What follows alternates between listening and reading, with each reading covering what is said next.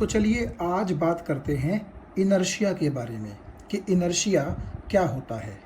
देखिए, अगर कोई ऑब्जेक्ट रेस्ट में है मान लीजिए, तो वो ऑब्जेक्ट अपने आप मोशन में नहीं आ सकता।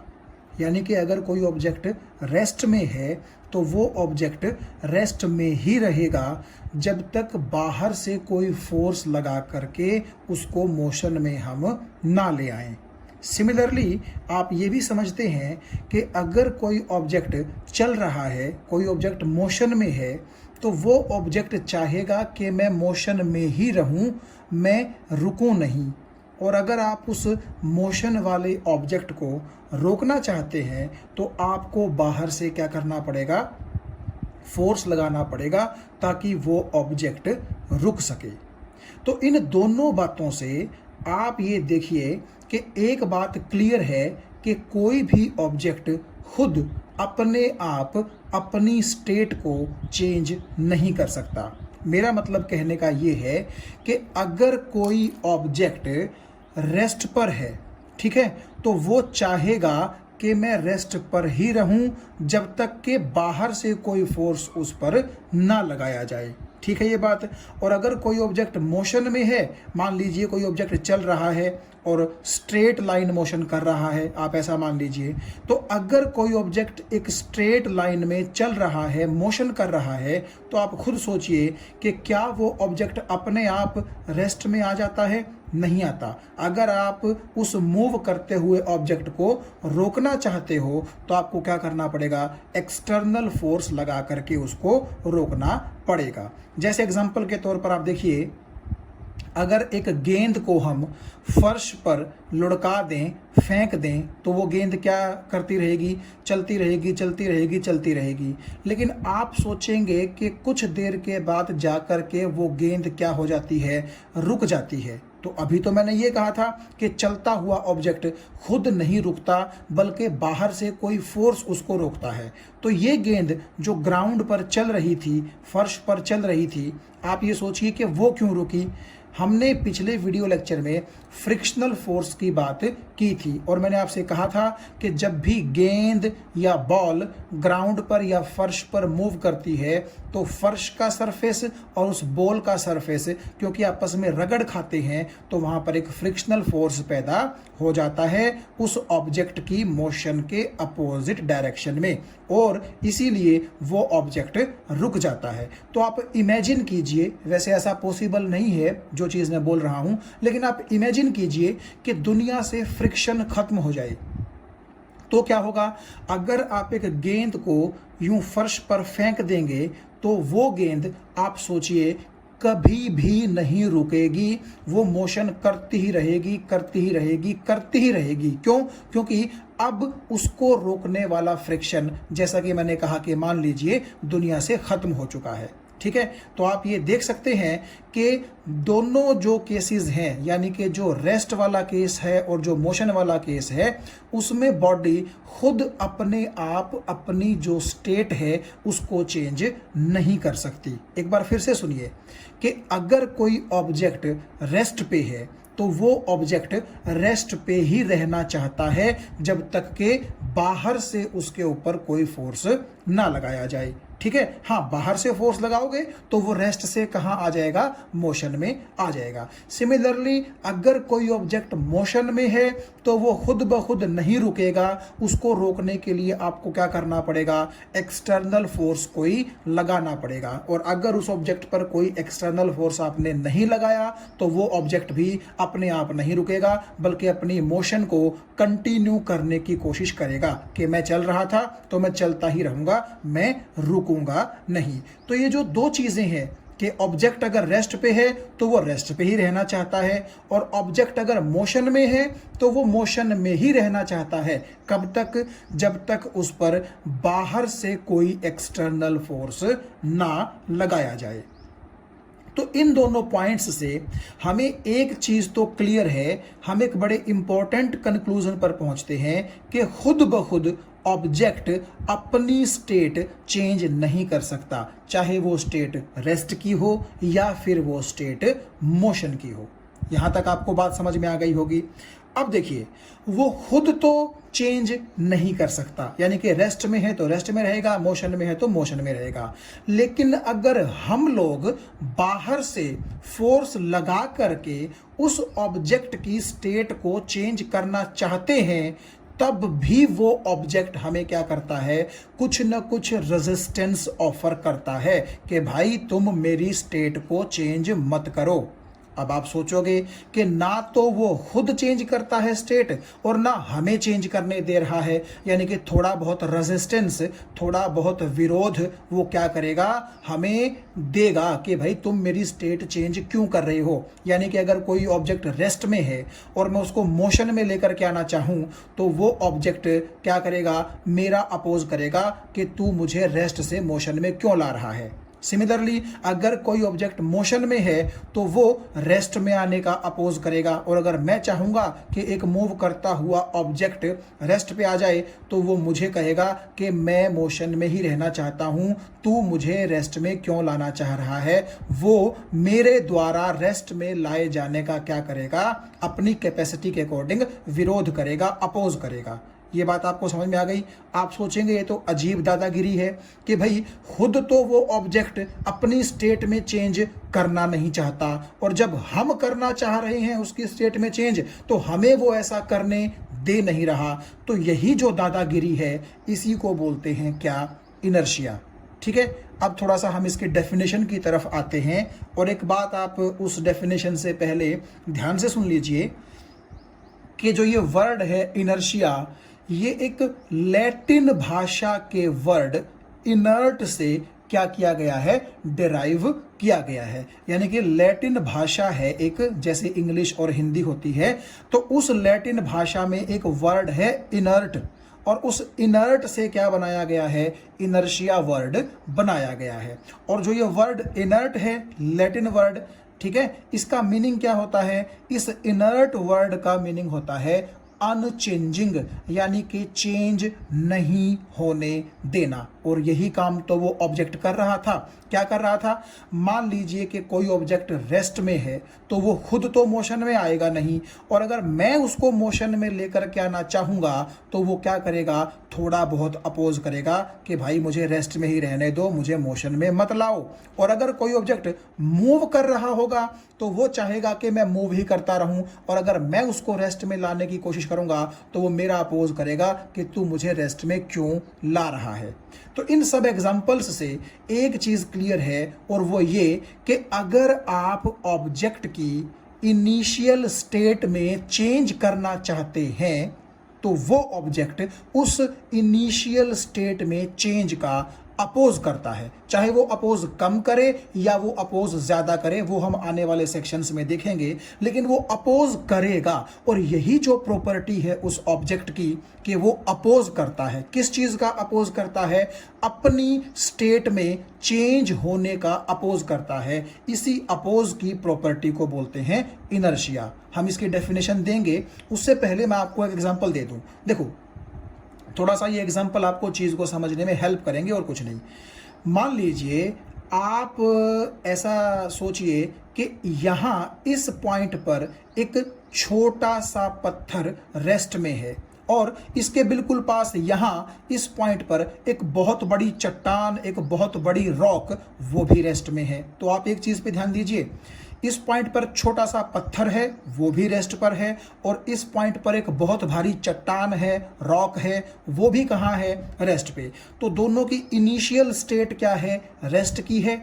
और आप खुद सोचिए, अगर मैं आपसे कहूं कि दोनों को आप धक्का लगा करके, फोर्स लगा करके, एक्सटर्नल फोर्स लगा करके, बाहर से फोर्स लगा करके मोशन में ले आइए, तो आप मुझे एक चीज़ बताइए, उस छोटे से पत्थर को मोशन में लाना ज़्यादा आसान है या उस भारी सी चट्टान को मोशन में लाना ज़्यादा आसान है? आप कहेंगे कि उस छोटे से पत्थर को, यानी कि जो ज़्यादा भारी नहीं है, तो उस छोटे पत्थर को मोशन में लेकर के आना आसान है, जबकि जो चट्टान है ना, उस पे तो आप अगर पूरा अपना जोर लगा भी देंगे तब भी हो सकता है वो आपसे मोशन में तो कहाँ आनी थी, हिल भी ना पाए। मतलब मान लीजिए कि बहुत ही भारी चट्टान है, यानी कि आप यहां से ये समझ जाएंगे कि इनर्शिया में मास का एक इंपॉर्टेंट रोल होता है, जो हम आगे जो है इसी वीडियो लेक्चर के अंदर डिस्कस करेंगे। मैं तो सिर्फ आपको एग्जांपल देकर के ये समझाना चाह रहा हूं कि दोनों चीजें रेस्ट पे थी,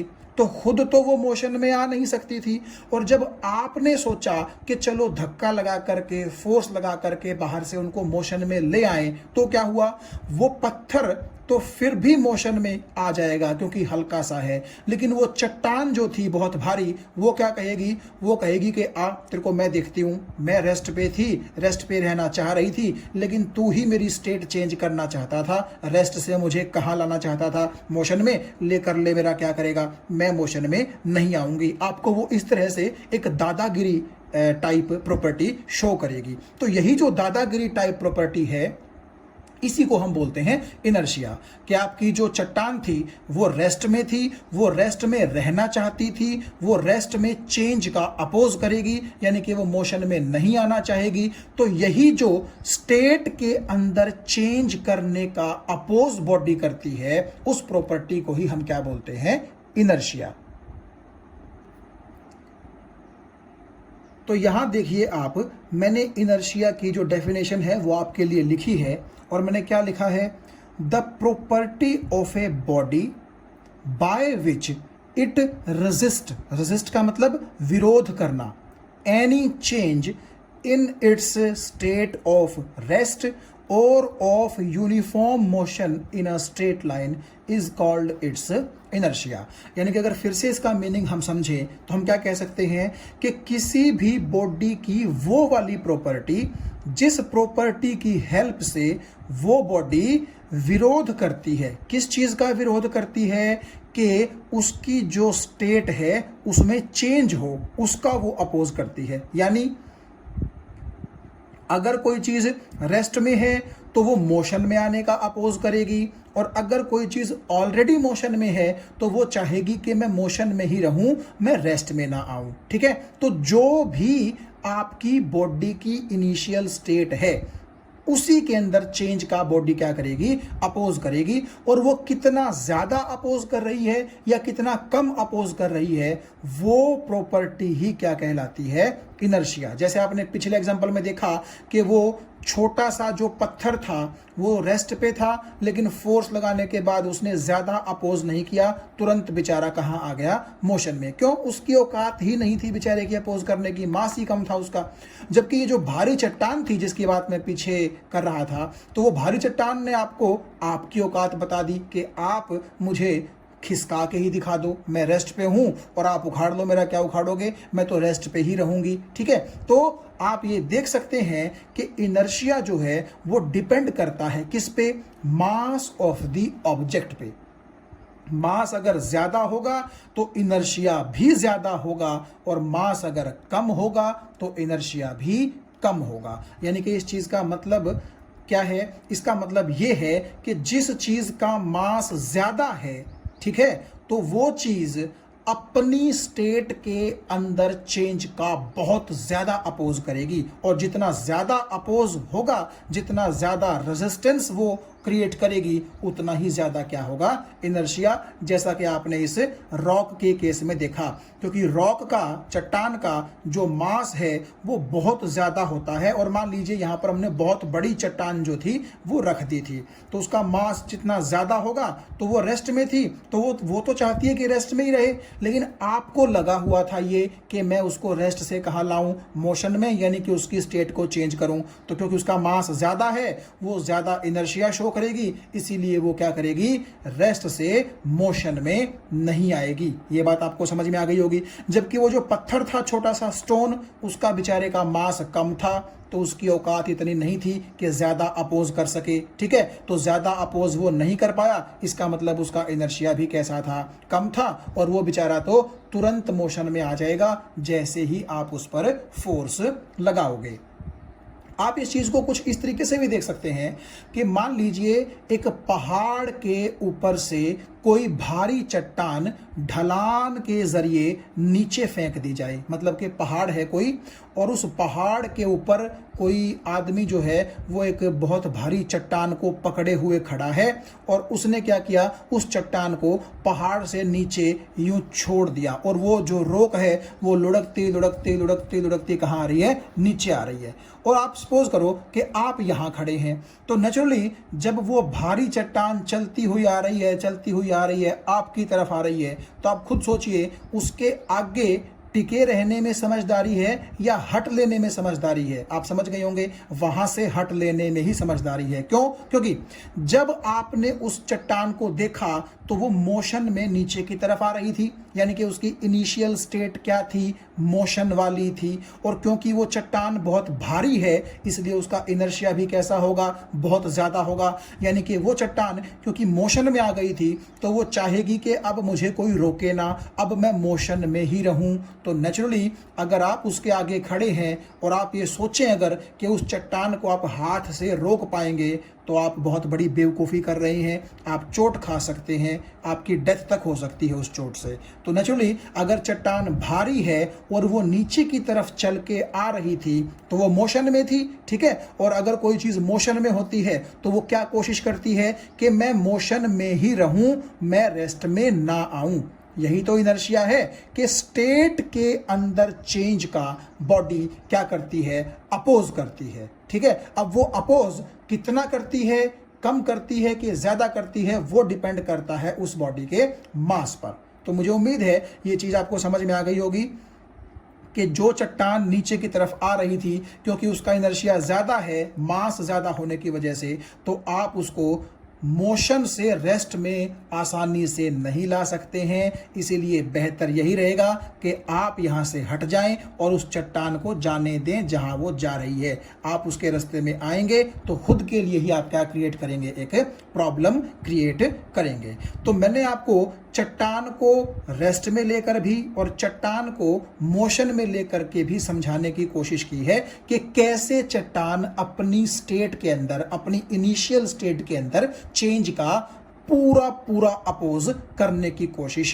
करती है। हालांकि ऐसा नहीं है कि कोई चट्टान नीचे आ रही है तो उसको रोका नहीं जा सकता, रोका जा सकता है, लेकिन आपको ये तो समझ में आ गया होगा कि उसको रोकने के लिए आपको बहुत भारी भरकम फोर्स का इस्तेमाल करना पड़ेगा, तब कहीं जा करके उसकी जो स्टेट है मोशन वाली, आप उसमें चेंज करके उसको रेस्ट में लेकर के आ सकते हैं। तो यही बात हमने अब तक की है, क्या कि अगर कोई भी बॉडी है तो वो बॉडी रेजिस्ट करती है, विरोध करती है, किस चीज का, अपनी स्टेट में चेंज का। बस इस चीज को आप ध्यान रखें कि वो ऑब्जेक्ट, वो बॉडी जिस स्टेट में होगी उसी स्टेट में रहने की कोशिश करेगी, उसी अवस्था में रहने की कोशिश करेगी, अपनी स्टेट में चेंज का वो क्या करेगी, अपोज करेगी, ठीक है। अगर कोई चीज मोशन में है और उसका इनर्शिया ज्यादा है तो वो मोशन में ही रहना चाहेगी,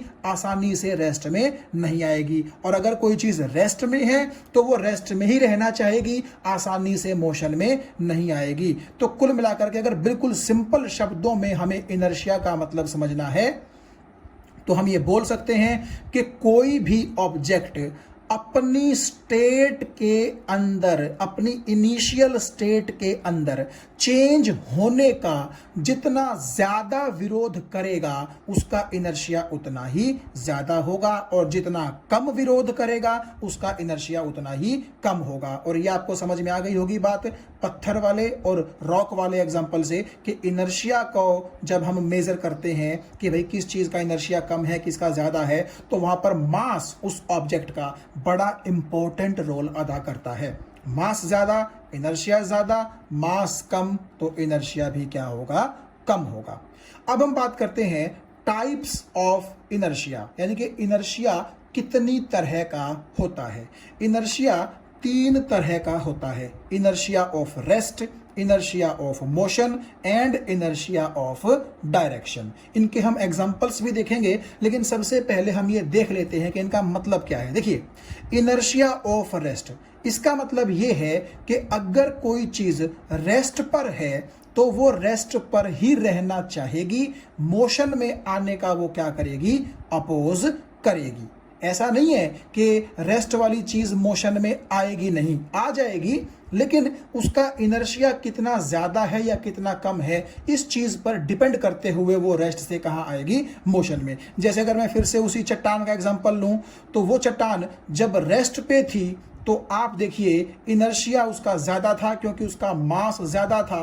तो अगर वो रेस्ट पे है तो आप उसको आसानी से मोशन में नहीं ला सकते, वो रेस्ट के अंदर चेंज का अपोज करेगी, मोशन में नहीं आना चाहेगी।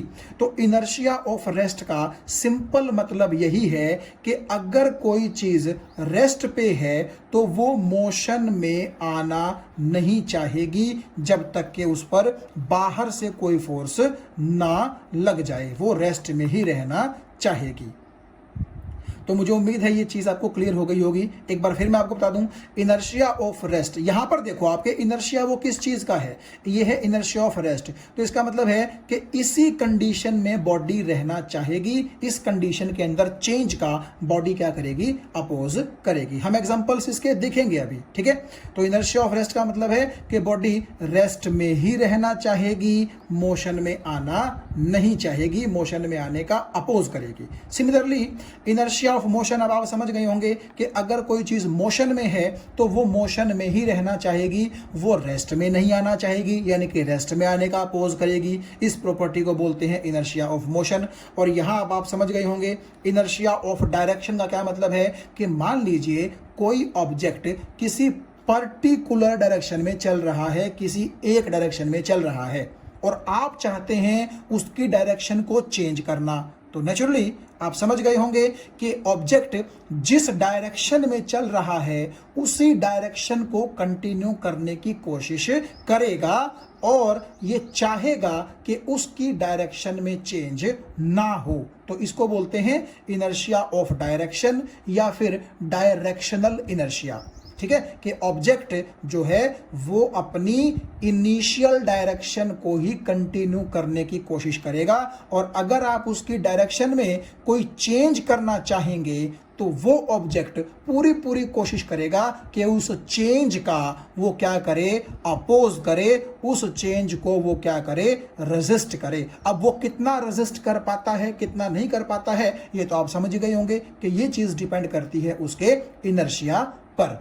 तो आपको ये तीनों इनर्शिया समझ में आ गए होंगे। अब हम इनका एग्जाम्पल्स लेकर के इनको समझने की कोशिश करते हैं। तो आइए अब हम एक छोटा सा डेमोन्स्ट्रेशन करते हैं इनर्शिया के कॉन्सेप्ट को समझने के लिए। आपने क्या करना है, इस डेमोन्स्ट्रेशन में जो हो रहा है उसको आपने ध्यान में रखना है। एक्सप्लेन हम चीज़ों को बाद में करेंगे कि ऐसा हुआ क्यों।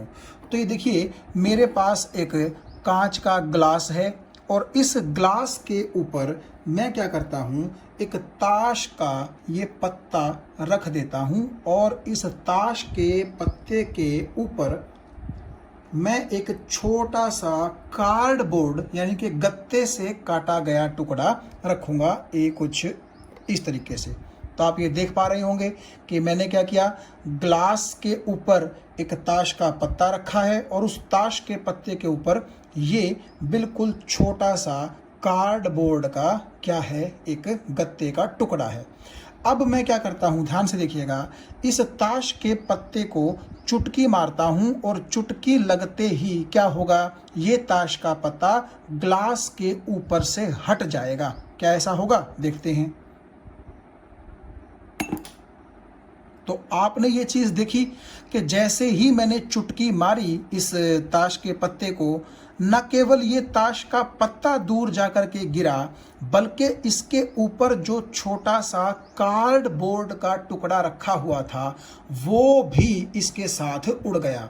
यानी कि ताश का पत्ता और वो कार्डबोर्ड का जो छोटा सा गोल टुकड़ा मैंने काट के रखा हुआ था, दोनों ही उड़ गए ग्लास के ऊपर से, और आप यहाँ देख सकते हैं ग्लास कैसा है, खाली है। अब यही एक्सपेरिमेंट मैं दोहराता हूं, लेकिन अब की बार क्या करूंगा, इस ताश के पत्ते के ऊपर वो कार्डबोर्ड का यानी कि गत्ते का जो गोल गोल टुकड़ा था वो ना रख के एक 5 रुपी कॉइन लूंगा, और तब आप देखिएगा कि क्या होगा।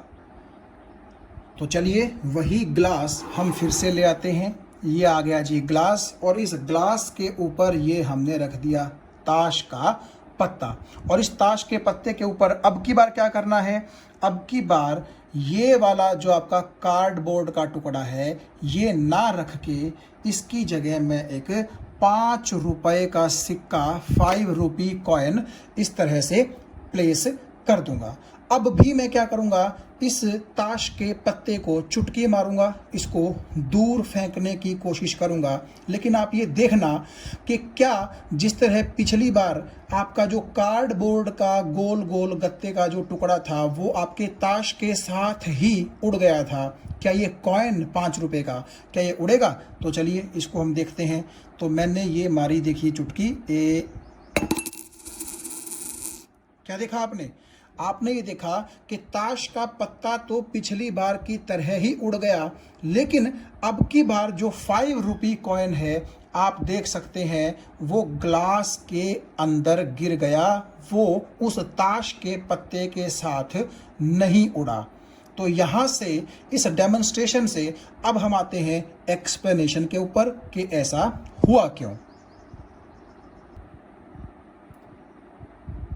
तो डेमोन्स्ट्रेशन के जो एक्सप्लेनेशन है उस पर आने से पहले मैं एक चीज़ आपको बता दूं कि अभी इसी वीडियो में कुछ मिनट पहले जब हम टाइप्स ऑफ इनर्शिया की बात कर रहे थे, तो जो थर्ड टाइप था इनर्शिया का, इनर्शिया ऑफ डायरेक्शन, ठीक है, उसका कुछ पार्ट आप देखिए इस पेज पर मैंने लिखा हुआ है। तो अगर आप नोट्स वगैरह इस वीडियो को देख करके बना रहे हो तो आप देखिएगा कि पिछले कुछ मिनट्स में आपको जो इनर्शिया ऑफ डायरेक्शन है कुछ तो पिछले पेज पर लिखा हुआ मिल जाएगा, और कुछ जो आधा पार्ट था वो यहाँ पर लिखा हुआ है, आप यहाँ से कंप्लीट उसको कर सकते हैं। तो चलिए अब आते हैं जो हमने डेमोन्स्ट्रेशन अभी देखा उसकी एक्सप्लेनेशन पे। देखिए सबसे पहले मैंने क्या किया, ये जो कार्डबोर्ड का छोटा सा आपको गोल गोल टुकड़ा दिखाई दे रहा है, ठीक है, ये मैंने ताश के पत्ते के ऊपर रखा। आप जानते हैं कॉइन को देखते हुए इस कार्डबोर्ड के टुकड़े का जो मास है वो कम है, तो नेचुरली इसका इनर्शिया भी कैसा होगा, कम होगा। यानी कि आप समझते हैं इस कार्डबोर्ड के टुकड़े का मास कम तो इसका इनर्शिया भी कम होगा, लेकिन कॉइन का मास इससे ज़्यादा है, तो मास ज़्यादा होने की वजह से कॉइन का जो इनर्शिया है वो भी कैसा होगा, ज़्यादा होगा। अब देखिए जब आपने ताश के पत्ते के ऊपर इसको रखा, ठीक है, तो जैसे ही आपने ताश के पत्ते को चुटकी मारी तो क्या किया आपने उस ताश के पत्ते को रेस्ट से मोशन में लेकर के आने की कोशिश की। यानी कि जब वो ताश का पत्ता ग्लास के ऊपर पड़ा हुआ था तो वो रेस्ट पे था, और उसके ऊपर ये पड़ा हुआ था तो ये भी कहाँ था, रेस्ट पे था। और जैसे ही आपने ताश के पत्ते को चुटकी मारी तो ताश का पत्ता कहाँ आ गया, मोशन में आ गया। लेकिन एक चीज आप देखिए, इस बेचारे का मास कैसा था, कम था, यानी कि इसका इनर्शिया कैसा था, कम था। तो ये चाहता तो ये भी था कि भाई मैं रेस्ट में ही रहूं, मैं मोशन में ना आऊं, लेकिन बेचारे की चली नहीं। क्यों नहीं चली? क्योंकि इस ऑब्जेक्ट का मास कम था, इनर्शिया कम था। इसीलिए जब आपने चुटकी तो मारी ताश के पत्ते को, लेकिन मजबूरी में इस बेचारे को भी कहाँ आना पड़ गया, मोशन में। हालांकि क्या आप ये सोचते हैं कि इसने कोशिश नहीं की होगी कि मैं रेस्ट पे था और रेस्ट पे ही रहूं? कोशिश तो की इसने, लेकिन चली नहीं बेचारे की। क्यों? क्योंकि मास कम होने की वजह से इसका इनर्शिया कम था, और इसीलिए जैसा आपने आदेश किया वैसा बेचारे ने फॉलो कर लिया। यानी कि आपने जैसे ही ताश के टुकड़े को मोशन में लेकर के आप आना चाह रहे थे तो ये उसके ऊपर ही था, तो ये बोलता था कि चलो भाई तू अगर मोशन में आ रहा है तो मैं भी मोशन में आ जाता हूं, मैं रेस्ट में ज़्यादा मतलब रहने का कोशिश नहीं करूंगा। यानी कि आप ये मानिए कि चाहता तो था ये रेस्ट में रहना, लेकिन बेचारे ने इनर्शिया कम होने की वजह से क्या किया, मोशन में ही आ गया। इसने ज़्यादा कोशिश रेस्ट में रहने की नहीं की, इसकी चली नहीं बेसिकली। लेकिन जहाँ तक सवाल है 5 के सिक्के का, 5 रुपये कॉइन का, तो इसका मास तो बहुत ज़्यादा है इसके कंपैरिजन में।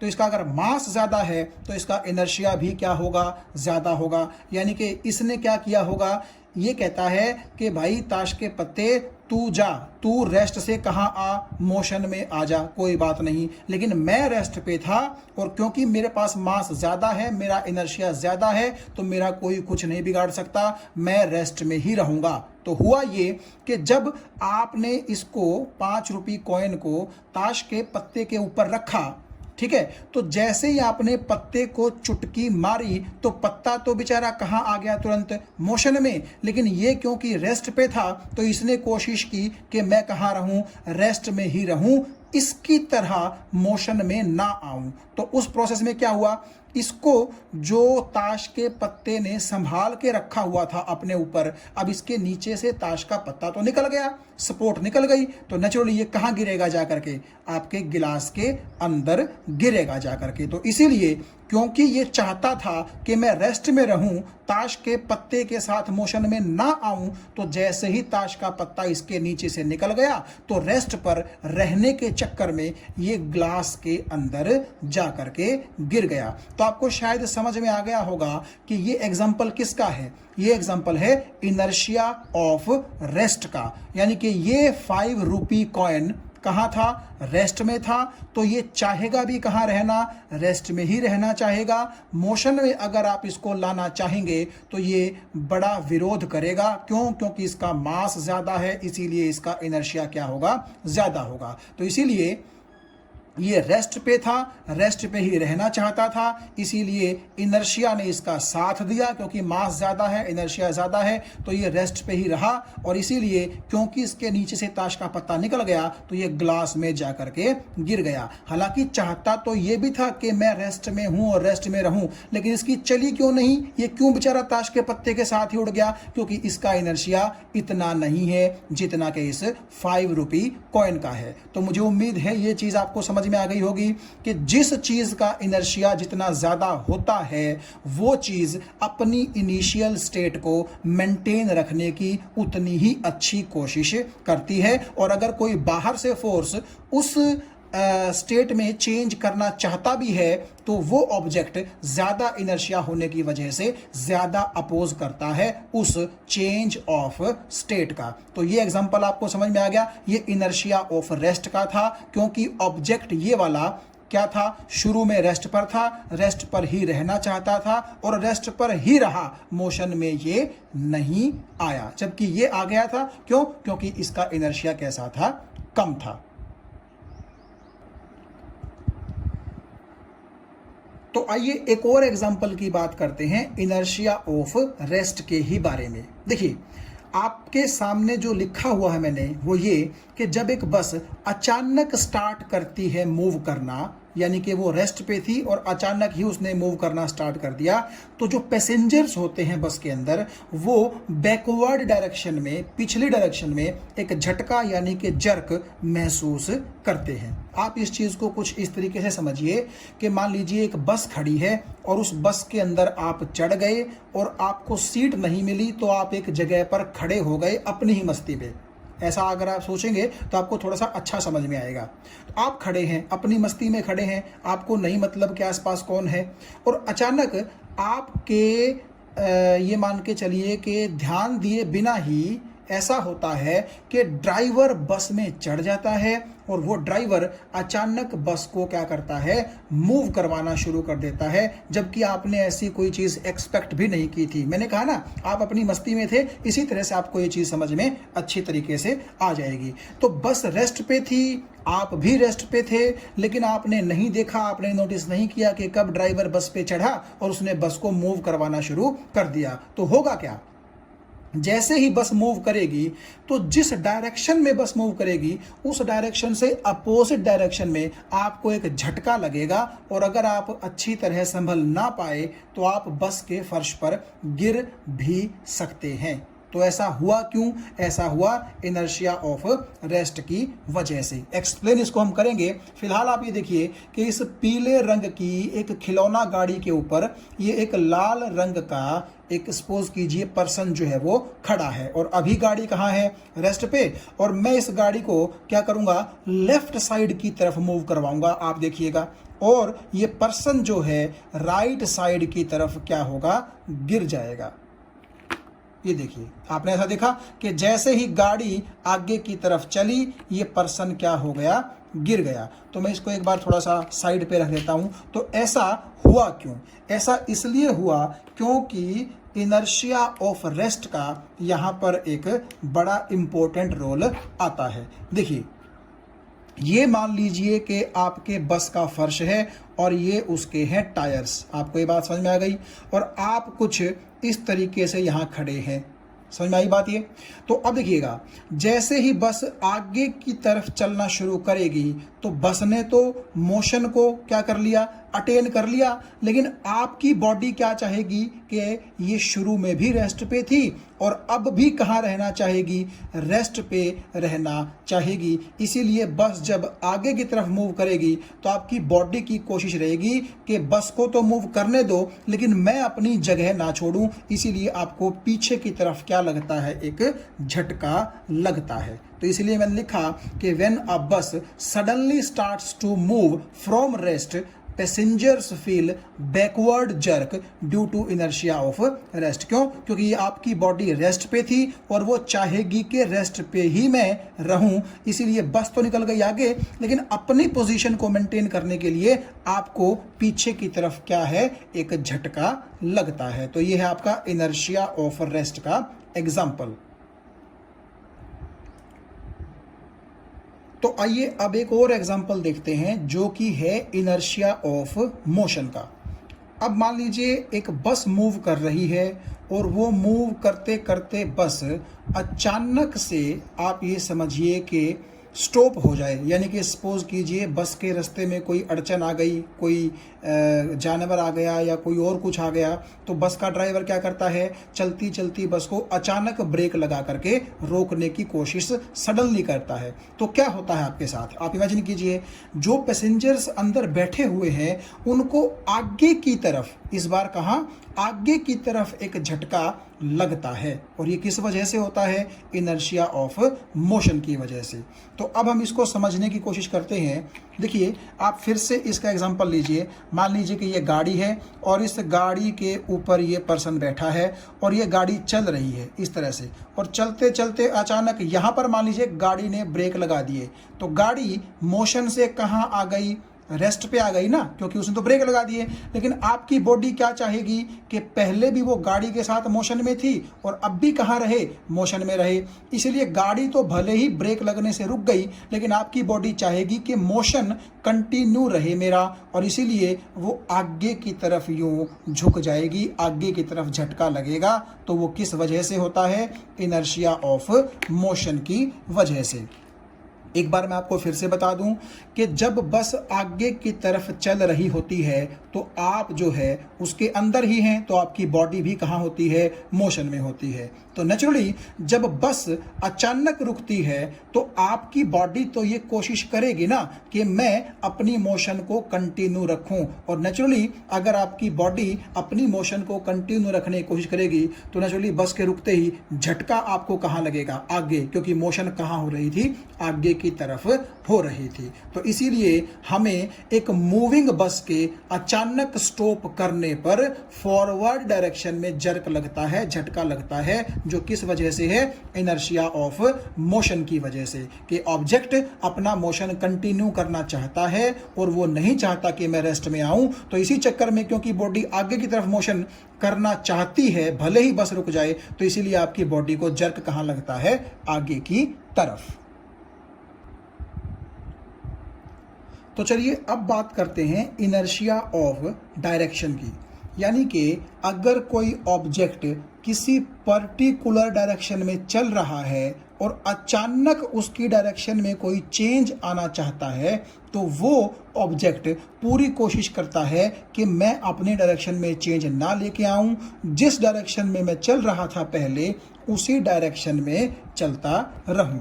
देखिए, आपको फिर से मैं ये दिखा दूं कि ये मेरे पास वही एक छोटी सी टॉय कार है, और इस एरो का मतलब है कि इस कार को मैं सीधा लेकर के जाऊंगा और फिर इस तरफ मैं इसको क्या कर दूंगा, टर्न कर दूंगा। और आप देखिएगा कि इसके ऊपर मैं एक छोटा सा ऑब्जेक्ट रख दूंगा, और वो ऑब्जेक्ट इस गाड़ी के साथ पूरी कोशिश करेगा कि ना मुड़े, अपनी ओरिजिनल डायरेक्शन को वो कंटिन्यू रखने की कोशिश करेगा। तो आप ये देखिएगा कि ये एक ऑब्जेक्ट आपको दिखाई दे रहा होगा ग्रीन कलर का।